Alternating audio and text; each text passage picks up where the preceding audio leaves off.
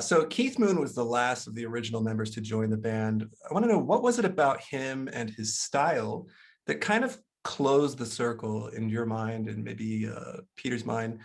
I don't know whether it ever closed. I don't think it ever closed in Peter's mind. Oh, really? No, I don't know. I mean, Pete always had a little problem with Keith's drumming, and I can't understand it because what I hear him in the band, you see, you've got to remember where I stand on the stage. Yeah.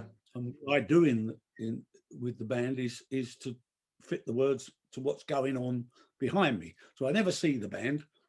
I just feel it.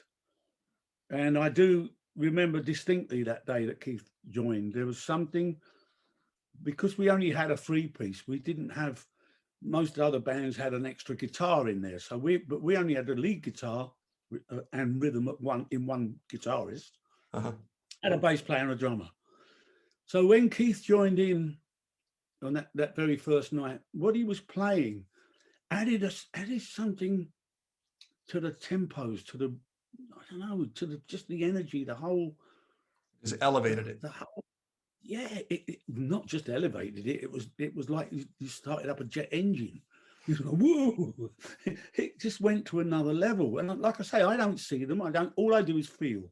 And for me, it all just this was like a gift from the sky. It was just extraordinary that we found a drummer that made these two instruments come together in a way that made the sum of the whole probably 1,000 times bigger than the equal parts. Well, he was definitely a one of a kind. An extraordinary thing. And I mean, I think that point gets proved when we kind of got Kenny Jones to join the band in 1978 after Keith died. And Kenny's a fantastic drummer, don't get me wrong, he's a great drummer.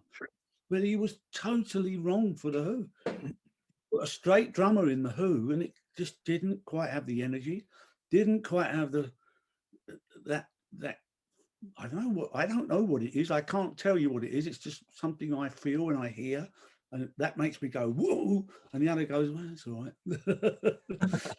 But you know, Kenny, bless him, he was wrong, just as Keith Moon would have been wrong as a drummer in the Small Faces. I mean, that would have been an absolute disaster. Sure. You can't imagine Moon in Faces. No, he wouldn't fit.